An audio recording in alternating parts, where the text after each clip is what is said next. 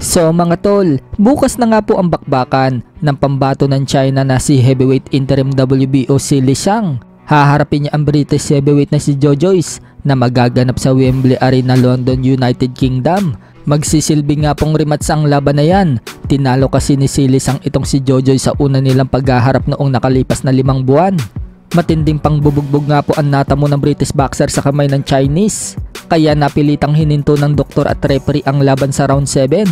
Ngayon, gustong makabawi ni Joe Joyce. Sa weigh-in nga po nila na ginanap kagabi, tumimbang po itong si Joe Joyce ng 281.7 pounds.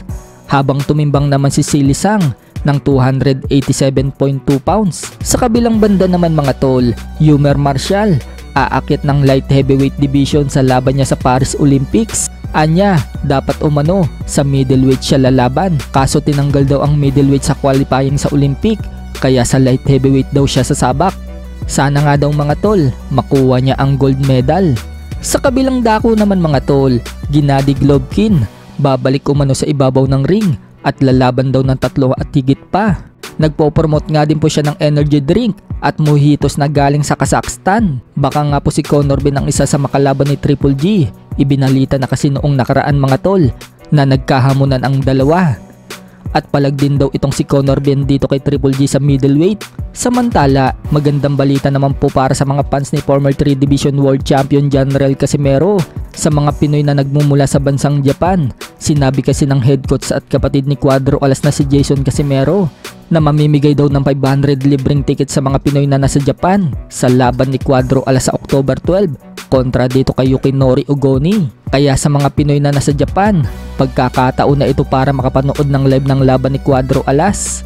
May ilalabas umano silang procedure kung paano maka-avail ng libreng ticket. Samantala, alam naman po natin mga tol na si Ryan ang nagpapasuntok dito kay Cuadro Alas sa katawan gamit ang body armor protector. So sinubukan nga po ni Ryan na magpasuntok sa isa sa ka-sparring ni Cuadro Alas na si Hironori Mishiro. 30 seconds nga po itong sumusuntok, parang hindi nga po tinatablan ng katawan ni Ryan. Pagkatapos nga pong sumuntok ng hapon, napaluhod na lang ito sa pagod.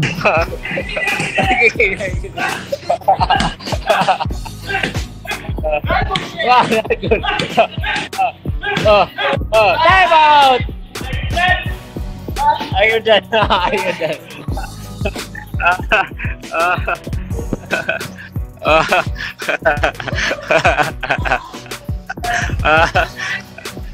Third. Ayun dyan. Sa ibang balita naman mga tol, kung si Cuadro Alas may mga bataan na tinuturuan niya sa lugar niya sa pagbaboxing, ganun nga din po itong si Naoya Inoue. Sa post po kasi nito sa kanyang social media account, tinuturuan din ni Inoue ang mga batang Hapon na mahihilig sa boxing.